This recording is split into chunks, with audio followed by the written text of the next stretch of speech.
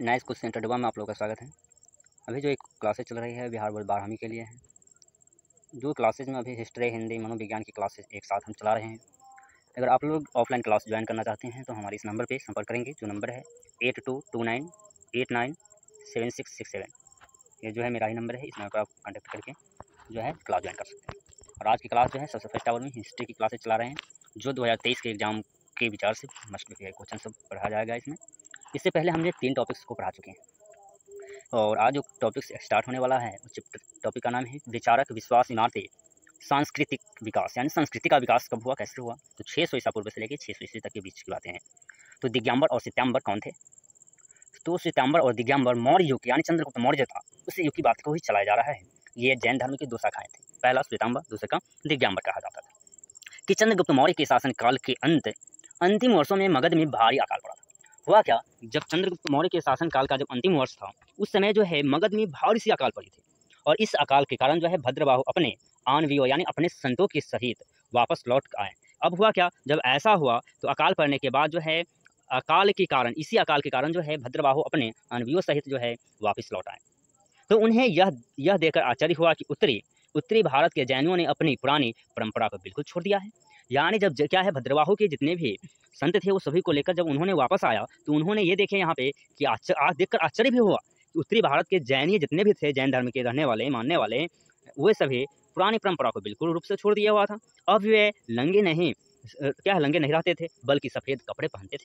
दक्षिण से लौटे हुए जैनियों का दावा था कि अकाल के दिनों में भी उन्होंने धार्मिक नियमों का क्या है विधिवत पालन किया। यानी अकाल पड़ा उस समय भी इन्होंने इस धर्म की जो भी नियम था उनका विधिवत यानी जैसी विधि थी उनकी वैसे उनका पालन किया। उनका कहना था कि मगध में रह रहे जैनियों के नियम का उल्लंघन किया है तथा वे क्या लापरवाह हो गए हैं। और इन मतभेदों को दूर करने के लिए और जैन धर्म के प्रमुख उपदेशों को संकलित करने के लिए पाटलिपुत्र में एक परिषद का आयोजन किया गया। यानी पाटलिपुत्र पटना में जो है क्या किया गया, एक जो है परिषद की स्थापना की गई। दक्षिण से वापस आए जैनियों ने इस परिषद का बहिष्कार किया। यानी जो दक्षिण भारत से जो आया हुआ था, जो जैन धर्म के मानने वाले, वे सभी जो है इस नियमों का, इस परिषद का बहिष्कार किया। बहिष्कार का मतलब जानता है, उल्लंघन किया। इसके नियमों को मानने से इनकार कर दिया और इन लोगों ने जो नियम लगाए हुए थे उन नियमों को इन्होंने मानना क्या कर दिया, इनकार कर दिया। तब से क्या है, दक्षिण से वापस आए जैन साधु दिगंबर कहलाएं तथा मगध में रह रहे साधु जो है श्वेतांबर कहलाएं। यानी जो क्या दक्षिण से जो वापस आया हुआ था वे दिगंबर कहलाएं और जो है मगध में रह रहा था वह श्वेतांबर कहलाएं। नेक्स्ट क्वेश्चन है, जैन धर्म के अष्टांगिक मार्ग के नाम बतलाएं। यानी उसके द्वारा दिया गया जो है अष्टांगिक यानी 8 मार्ग है, उस मार्ग का क्या नाम है। तो फर्स्ट जो मार्ग है, यानी देखेंगे बतलाया जा रहा है गौतम बुद्ध द्वारा जो है प्रतिपादित दुख निरोध हेतु तो 8 मार्ग निम्नलिखित है। यानी इनके द्वारा दिया गया जो है 8 मार्ग जो है वो निम्नलिखित है। वो 8 मार्ग है कौन सा देखेंगे। गौतम बुद्ध के द्वारा जो है प्रतिपादित दुख निरोध हेतु तो 8 मार्ग निम्नलिखित है। पहला सम्यक दृष्टि, यानी 4 आर्य सत्यों की सही परख। यानी कहने का मतलब दृष्टि अच्छी होनी चाहिए। सम्यक वाणी, धर्म समस्त एवं मृदु वाणी का प्रयोग करना, अच्छी वाणी का प्रयोग करना। सम्यक संकल्प, भौतिक वस्तु एवं दुर्भावना का त्याग करना। सम्यक कर्म, सतत कर्म करना यानी अच्छे कर्म करना। सम्यक आजीव, सदाचारी जीवन जीते हुए ईमानदारी से आजीविका कमाना। उसके बाद देखेंगे सम्यक व्यायाम, यानी विवेकपूर्ण प्रयत्न एवं शुद्ध विचार ग्रहण करना। सम्यक स्मृति, यानी कहा जाता है अपने कर्म के प्रति विवेक तथा सावधानी को सदैव स्मरण करना, अर्थात मन वचन कर्म की प्रत्येक क्रिया के प्रति सचेत रहना। सम्यक समाधि, चित्त की समुचित एकाग्रता रखना। नेक्स्ट देखेंगे, नेक्स्ट क्वेश्चन जो है बौद्ध संघ पर टिप्पणी लिखें। बौद्ध संघ पर टिप्पणी लिखें नहीं तो कहा जाता है बौद्ध धर्म में संघ का महत्वपूर्ण स्थान है। बौद्ध धर्म जो है उसमें संघ का महत्वपूर्ण स्थान है। बुद्ध ने अपने विचार के प्रचार प्रसार के लिए बौद्ध धर्म की स्थापना किया। यानी इन्होंने, महात्मा बुद्ध ने जो है अपने धर्म के प्रचार प्रसार के लिए जो है इन्होंने क्या किया, एक संघ की स्थापना किया। क्या किया, एक संघ की स्थापना किया। संघ की कार्य प्रणाली क्या किया गया, गंत्रात्मक थे। यानी कहने का मतलब जो है इसका जो क्या था, कार्य प्रणाली जो था वो गत्यात्मक था। क्या था, गत्यात्मक था। सभा की वैध कार्यवाही के लिए 20 सदस्य की क्या किया गया था, 20 सदस्यों की संख्या निश्चित की गई थी।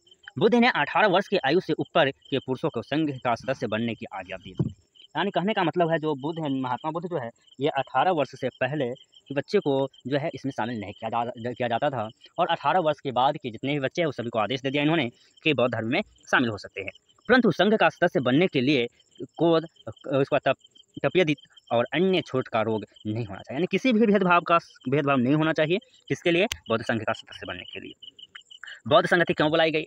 तो बौद्ध धर्म के प्रचार एवं उनके सुधारने के लिए समय समय पर बौद्ध सभा का आयोजन किया जाता था। यानी महात्मा बुद्ध के प्रचार के लिए या उसमें जो गड़बड़ियाँ होती थी उसको सुधारने के लिए समय समय पर बौद्ध सभा का आयोजन किया जाता था, जिन्हें बौद्ध संगतिया के नाम से जाना जाता है।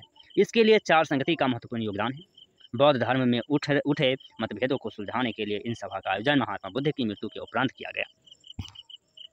जो पहला है 4 बौद्ध संगतियाँ, जिसमें फर्स्ट कही जा रही है राजगृह की प्रथम बौद्ध संगति। इस संगति का आयोजन 487 ईसा पूर्व में हुआ। संगति के विचार विमर्श द्वारा तथागत की समस्त शिक्षाओं को 2 भागों में विभाजित किया गया। पहला धम्म पिटक और विनय पिटक। इन दोनों पिटकों को भिक्षुओं के व्यवहार तथा नैतिक आचार विचार के नियमों को स्पष्ट व्याख्या की गई थी।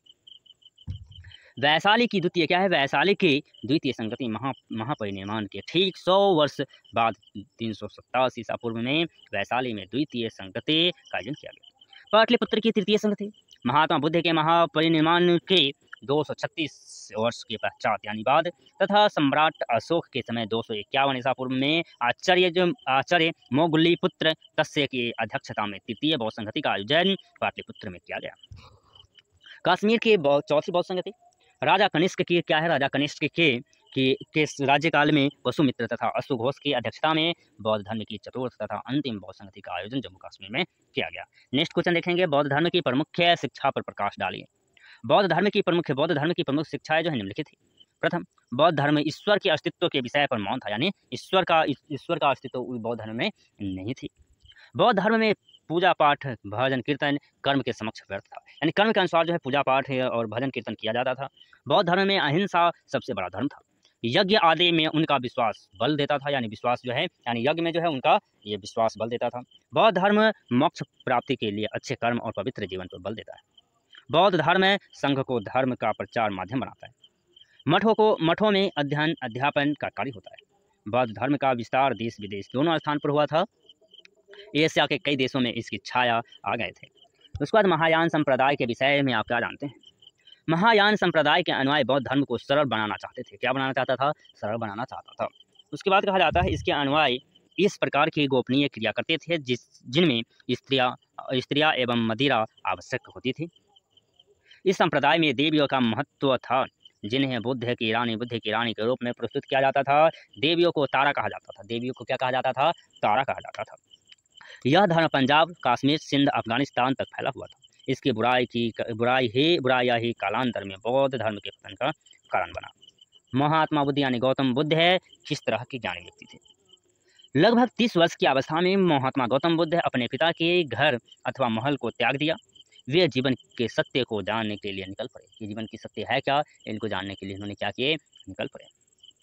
सिद्धार्थ ने साधना के कई मार्ग का अन्वेषण किया, यानी महात्मा बुद्ध जो है कई मार्ग के बारे में पढ़ा, यानी अन्वेषण यानी ज्ञान प्राप्त किया। इसमें एक था शरीर को अधिक से अधिक कष्ट देना, जिसके चलते वे मरते बचे। इन अतिवादी तरीकों को त्याग कर उन्होंने कई दिन तक ध्यान करते हुए अतः ज्ञान प्राप्ति किया। इसके बाद ही उन्होंने बुद्ध है अथवा ज्ञानी व्यक्ति के रूप में जाने गया। शेष जीवन उन्होंने धर्म और सम्यक जीवन यापन की शिक्षा दी। जैन धर्म की महत्वपूर्ण उपदेश शिक्षा का वर्णन करें। जैन धर्म की महत्वपूर्ण शिक्षाएं निम्नलिखित हैं। जैन धर्म की सबसे महत्वपूर्ण शिक्षा यह थी कि संपूर्ण विश्व क्या हो? प्राणवान हो। यहाँ तक कि पत्थर, चट्टान, जल में भी जीवन हो। जीवन के दूसरे का पॉइंट कहा जा रहा है जीवनों के प्रति अहिंसा, खासकर इंसानों, जानवरों, पेड़ पौधों एवं कीड़ों मकोड़ों को न मारना जैन दर्शन का केंद्र बिंदु हो। वस्तुतः जैन अहिंसा के सिद्धांत ने संपूर्ण भारतीय चिंतन परंपरा को प्रभावित किया। तीसरा का पॉइंट जो है कहा जा रहा है, तीसरा का पॉइंट कही जा रही है जैन मान्यता के अनुसार जन्म और पुनर्जन्म का चक्र कर्म के द्वारा निर्धारित होता था। कर्म के चक्र से मुक्ति के लिए त्याग, तपस्या की जरूरत होती थी। यह संसार के त्याग से संभव हो पाता था। इसीलिए मुक्ति के लिए व्यवहारों में निवास करना एक अनिवार्य नियम बन गया था। नेक्स्ट कहा जा रहा है जैन साधु और साध्वी 5 व्रत करते थे। हत्या न करना, चोरी नहीं करना, झूठ ना बोलना, क्या नहीं करना, झूठ नहीं बोलना, ब्रह्मचर्य व्रत करना, धन संग्रह नहीं करना। नेक्स्ट क्वेश्चन देखेंगे। नेक्स्ट क्वेश्चन है मुगल कालीन सिंचाई व्यवस्था पर प्रकाश डालें ना। तो क्वेश्चन का आंसर कहा जा रहा है मुगल काल में सिंचाई व्यवस्था हेतु कुएं, नहर आदि का उपयोग किया जाता था। फिरोज शाह तुगलक 351 से 388 में उत्तर भारत में मोहरों का जाल बिछाया हुआ था। क्या किया हुआ था? मोहर की जाले इन्होंने बिछाए हुए थे। कुएं से सिंचाई हेतु जो है आघात यानी रेहत का प्रयोग किया जाता था। 16वीं सदी के आरंभ में पंजाब और सतलज के क्षेत्र में जो है प्रयुक्त पूर्ण रूप से विकसित यंत्र का वर्णन मिलता है। बाबर की आत्मकथा बाबरनामा में रहत का वर्णन किया गया है। नेक्स्ट क्वेश्चन कहा जा रहा है महात्मा बुद्ध यानी बौद्ध धर्म जैन धर्म की शिक्षाओं में अंतर स्पष्ट करें। यानी महात्मा बुद्ध के जो बौद्ध धर्म है और जैन धर्म जो है इसकी शिक्षा में क्या अंतर है, इसका वर्णन करने को कहा जा रहा है। अब देखेंगे बौद्ध धर्म और जैन धर्म की शिक्षाएं निम्नलिखित अंतर है इसमें। बौद्ध धर्म ईश्वर में अस्तित्व के विषय में मौन था, बल्कि देखेंगे बौद्ध धर्म में अहिंसा का सबसे बड़ा धर्म था। अहिंसा भी किया था, सबसे बड़ा धर्म था। यह यज्ञ क्या है, यज्ञ आदि इनका विश्वास क्या होता था, विश्वास देता था। जबकि जैन धर्म अहिंसा पर अत्यधिक बल देता था। जड़ पदार्थों क्या है, जड़ पदार्थों में जीवन का आभासा था। बौद्ध धर्म मोक्ष प्राप्ति के अच्छे कर्म पवित्र जीवन पर बल दिया है, जबकि जैन धर्म मोक्ष प्राप्ति के लिए तीर्थन पर बल दिया है। सम्यक ज्ञान, सम्यक कर्म और अहिंसा, ये 3 इसकी क्या थे, तीर्थन थे। बौद्ध धर्म यानी बौद्ध धर्म संघ को धर्म का प्रचार माध्यम बनाता था। मठों में अध्ययन अध्यापन का कार्य होता था, जबकि जैन धर्म के संघ नहीं होते थे, परंतु धर्म प्रचार के लिए प्रचारक होते थे। बौद्ध धर्म का विस्तार देश विदेश दोनों स्थानों पर हुआ। एशिया के कई देश इसके छाया में आ गए। जैन धर्म केवल भारत में ही फलता फूलता रहा। स्तूप सांचे क्यों बच गया, यानी सांचे क्यों बच गया जबकि क्या है, अमरावती नष्ट हो गया, कारण क्या था? सांचे का स्तूप पर प्रकाश डाले। दोनों क्वेश्चन बराबर है, एक ही क्वेश्चन है। अमरावती की खोज संभव्यतः कुछ पहले हो गई थी। उस समय तक विद्वान इस बात के महत्व को नहीं समझ पाया था कि किसी पुरातात्विक अवशेष को उठाकर ले जाने की आवाज़ खोज स्थल पर ही संरक्षित करना आवश्यक माना होता था। 1818 में सांचे की खोज हुई। इसका निर्माण अशोक के शासनकाल में हुआ था। बौद्ध काल में एक अर्ध गोलाकार रूप में बने भवन स्तूप कहलाते थे। उस समय तक भी उसके 3 क्या था, तोरण द्वार होते थे। चौथा द्वार वहीं पर गिरा हुआ था। टीला अभी भी अच्छी दशा में है। तब भी यह सुझाव दिया गया कि तोरण द्वारों को क्या है, पेरिस या लंदन भेज दिया जाए, परंतु कई कारणों से सांची का स्तूप वही बना रहा है और आज भी बना हुआ है। इसके विपरीत अमरावती का महाचैत्य अब केवल एक छोटा सा टीला मात्र है, जिसका सारा गौरव नष्ट हो चुका है। नेक्स्ट क्वेश्चन है बौद्ध और जैन संप्रदाय के धार्मिक सुधार आंदोलन पर प्रकाश डालें। यानी धार्मिक आंदोलन, सुधार आंदोलन क्यों कहा जाता है? क्या क्वेश्चन बोला गया? बौद्ध और जैन संप्रदाय को धार्मिक सुधार क्यों कहा गया? तो जैन मत और बौद्ध मत के मुख्य सिद्धांतों को देखने से यह स्पष्ट होता है कि महावीर स्वामी गौतम बुद्ध दोनों ही किसी नए धर्म के प्रवर्तक नहीं थे। वे तो सुधारक थे, जो हिंदू समाज की क्या है, त्रुटियां यानी गलतियों को दूर करना चाहते थे। जिन सिद्धांत को महावीर और गौतम बुद्ध ने लोगों को प्रचारित किया, वे सब हिंदू के उपनिषद में से ही लिए गए थे। कर्म और मोक्ष आदि सिद्धांत हिंदू धर्म से ही लिए गए थे। संस्कृत भाषा को जैन धर्म ने छोड़ा ही नहीं। बौद्ध मत ने थोड़े समय के लिए संस्कृत भाषा का त्याग कर दिया, परंतु महायान शाखा ने फिर से संस्कृत भाषा को अपना लिया।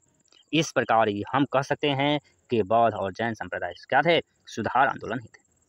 नेक्स्ट क्वेश्चन है 4 बौद्ध स्थल कहाँ है, या महात्मा बुद्ध को ज्ञान की प्राप्ति व निर्माण स्थल कौन से?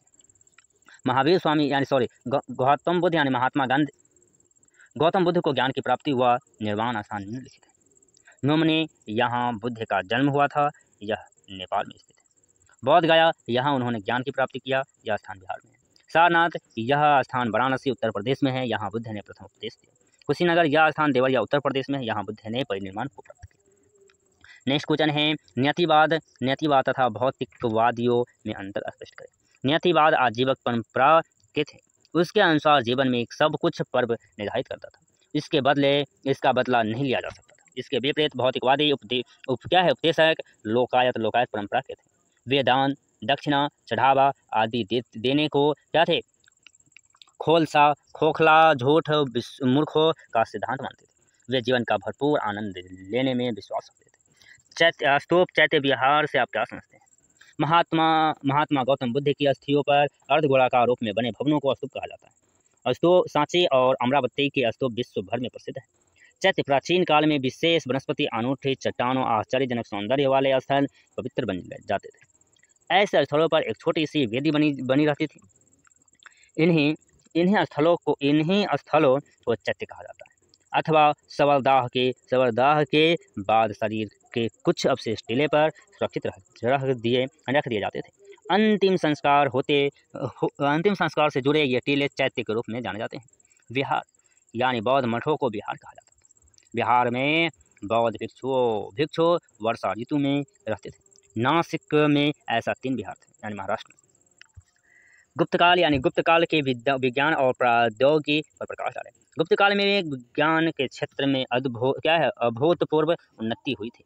गणित, रसायन विज्ञान, पदार्थ विज्ञान, धातु विज्ञान, ज्योतिष आदि की इस काल में काफी प्रगति हुई।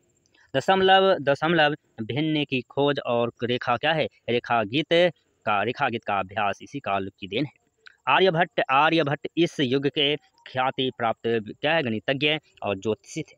इनका ग्रहण के संबंध में विचार वास्तव में वैज्ञानिक था। इन्होंने यह सिद्ध कर दिया कि पृथ्वी अपनी धुरी पर घूमती है। चरक सुश्रुत इस युग के प्रसिद्ध वैद्य थे। बारहमिहिर और महागुप्त इस काल के ज्योतिषज्ञ थे। ब्राह्य सिद्धांत ब्राह्यगुप्त की ही रचना है। नेक्स्ट टॉपिक जो है आपका यात्रियों के नज़रिया और समाज के बारे में इनकी समझ है। लगभग 10वीं से 17वीं शताब्दी तक ये क्वेश्चन हम और इस टॉपिक को नेक्स्ट वीडियो में स्टार्ट करेंगे। आज की क्लास इतना ही तक।